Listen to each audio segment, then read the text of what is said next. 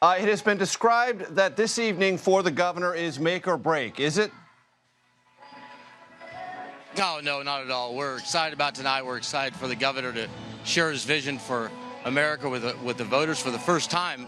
You know, we've been in the preseason for a long time, and this is the kickoff. The Iowa State Fair's over, and here we go. So we're excited for the kickoff and to see the governor tonight on the stage.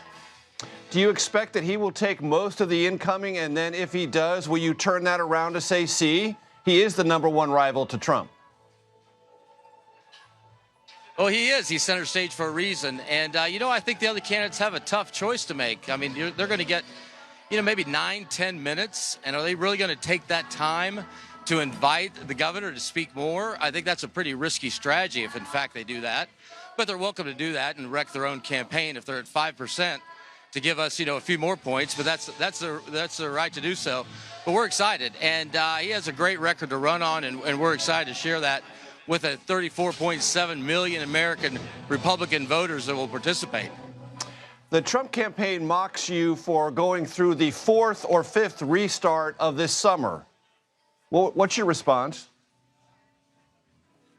Well, I guess we'll have as many restarts as they have indictments, I guess, is how that will go. But we're excited. We have a record to run on. We have accomplishments to run on, and we have a vision for America that the voters are responding to. And you could look no further than the last Des Moines Register poll to see how the distance between us and third place, it's clearly a two-person race, and that's how the voters are seeing it, and I think you'll see it tonight.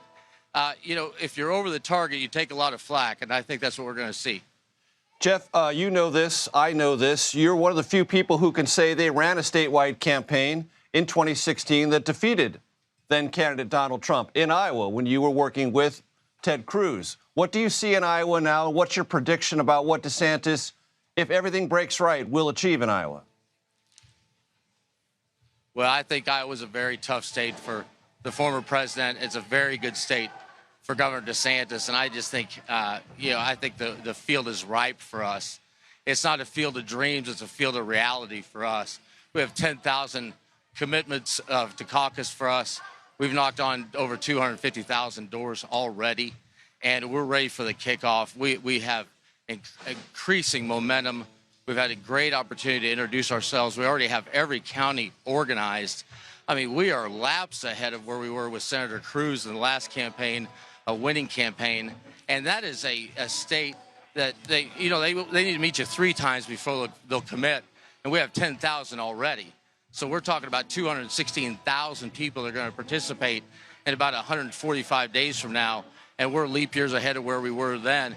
And we have a candidate now with a record of governing and a vision for America that no one else can match. And so we're excited about where we are in that state. We're excited where we are in all the March states, frankly. And New Hampshire, where we're making ground. South Carolina's open terrain, even with candidates from there. So I couldn't be more pleased with where we stand today. Go ahead and do it, Jeff. Predict that you're going to win Iowa. I'm not going to pull a Joe Namath for you, but I will tell you this. If I was a former president, I would not like to be at 42% in the first caucus state.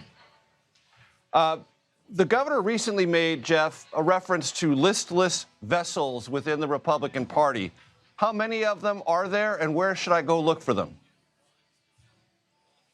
To what? I'm sorry, I missed that. You made a reference to what?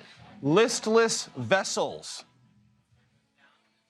I'll let him speak to that directly. I won't get in his way.